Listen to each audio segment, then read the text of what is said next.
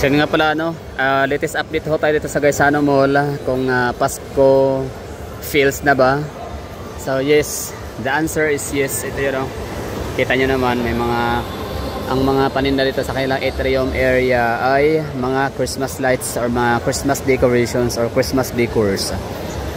And maliban dyan, yung stage show nila, tikita nyo naman, di ba? Ang ganda, no?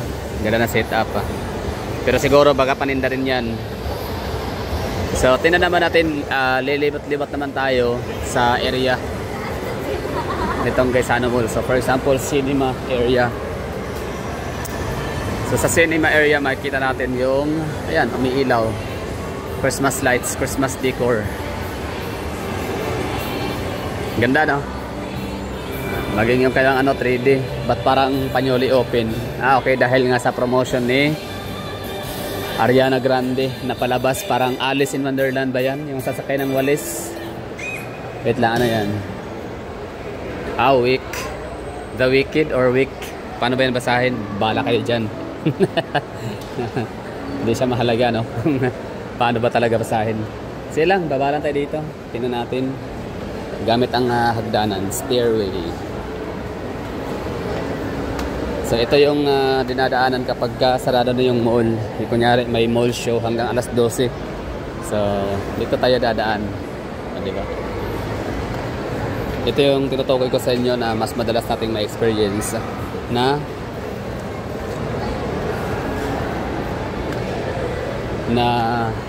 gabi. I mean sarado na, no, ang mall bago matapos yung cinema. Yan lang.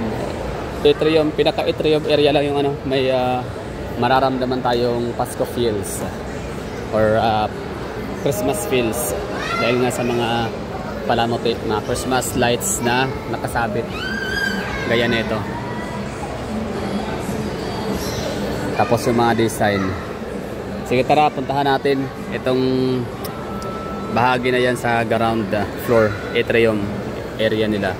Kung saan meron din yung maliit na space para sa kanilang activity or events place or activity area. Tara, sama ko kayo. Okay.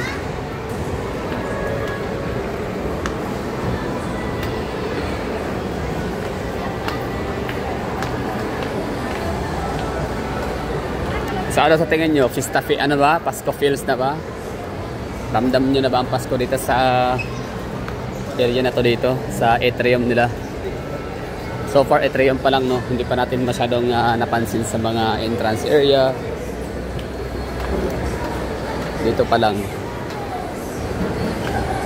So syempre ilapit pa natin kayo sa mga Christmas lanterns and Christmas decor sa kailang Christmas bazaar area nang maramdaman nyo talaga yung Pasko. Early Christmas feels. Sa ibang bansa naglalagay lang pala sila ng mga Christmas decorations kapag 25 December 25. Pero dito sa atin early as September may naka all set na yung mga Christmas lanterns natin.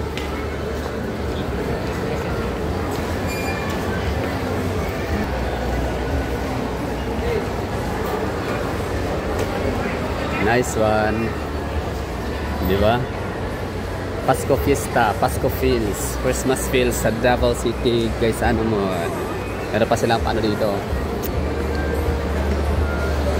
Parang Christmas Village kung tawagin, diba? Tawag dyan. Malamig, ang simoy ng hangin, snowfalls.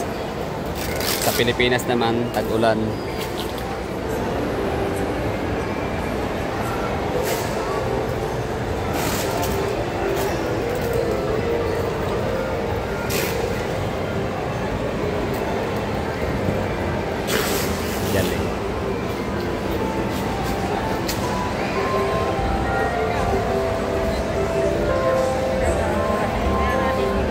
So kunyari itong ating cellphone ay gagawin nating drone, no?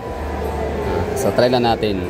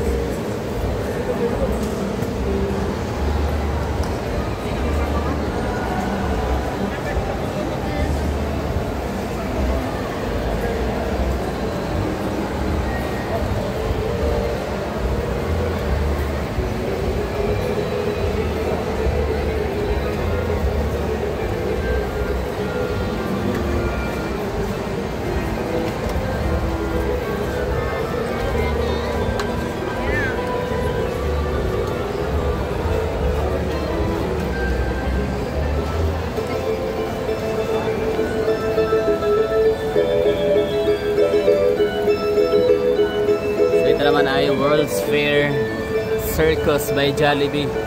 Hot and spicy.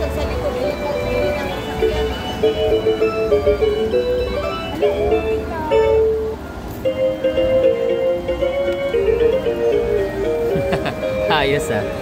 Ito na ay popcorn wagon. Nice. Yun lang, no? So ito na yung mga paninda dito. 50% nakalis pa siya, oh. Sa mga taga Davao dyan na gustong pabunggahin ang inyong Christmas decoration sa bahay, so meron kayo dito maraming mga options. 50% list pa siya. Magkano? 5,995 or 6,000. So ibig sabihin nasa 3K na lang to, no? 3,000 pesos. Pero ito maganda kasi may ilaw talaga siya. Sarap, no? Sarap sa puso. Kahit pa na tayo, matanda na, we're not getting any younger, pero every time talaga na makikita tayo ng mga gantong mga decorations, di ba? Mga Christmas light decorations, Christmas tree, Christmas lanterns. Parang napaka-refreshing, no, sa ating mga puso, na para tayong nagbalik, nag-flashback, no, sa ating younger years. Nung bata pa tayo, wala pang buwang sa mundo, na yan lang, happy lang, no, walang ending.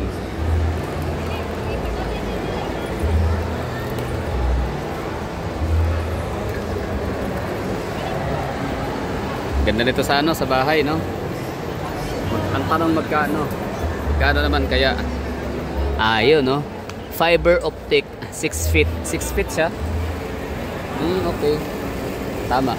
Hanggang dyan, 6 feet. So, magkano ang presyo? 6,425. Tapos pa to? Naka 50% discount. Ibig sabihin, or 6,500, so nasa 3,250. Sulit na yan, no? Hindi na yan basta pwede itong itabi, i-save for the next year. Ganyan naman tayo mga Pilipino na mahilig kayo mag-recycle.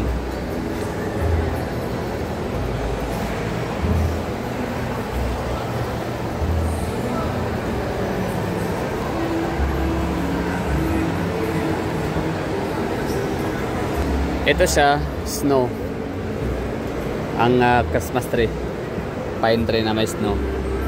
Pero para sa akin, mas feel ko to. Kasi nga, tayo tropical area, di ba? So, wala naman tayong snow sa lugar natin. Kaya mas relatable to sa atin mga Pilipino. Sa Pilipinas. Galing. Pasko feels, mga Christmas balls, marami dito. Kunyari nakukulangan na ng mga palamuti ang inyong Christmas tree na 10 years old na. Meron kayo dito makikitang mga karagdagan na mga Christmas balls for decorations. Yan si Santa Claus.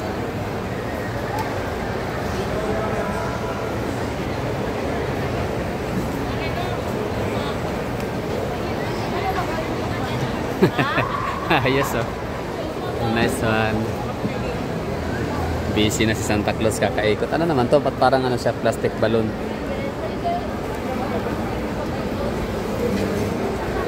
Okay lang. Christmas tree pa rin ang the best. Ito naman malalaki masyado. Pang mayaman, no? Madalas na makikita sa mga may kaya.